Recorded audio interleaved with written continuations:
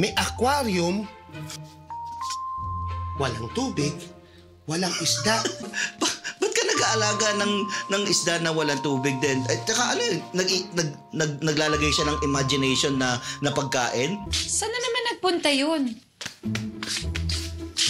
Randy? Randy?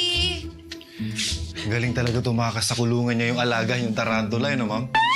Mamaya ako na siya hanapin. Hindi naman yan makakalabas ng kwarto.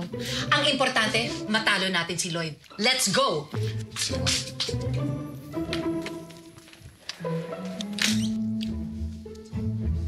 Papi, Papi, narinig mo yun?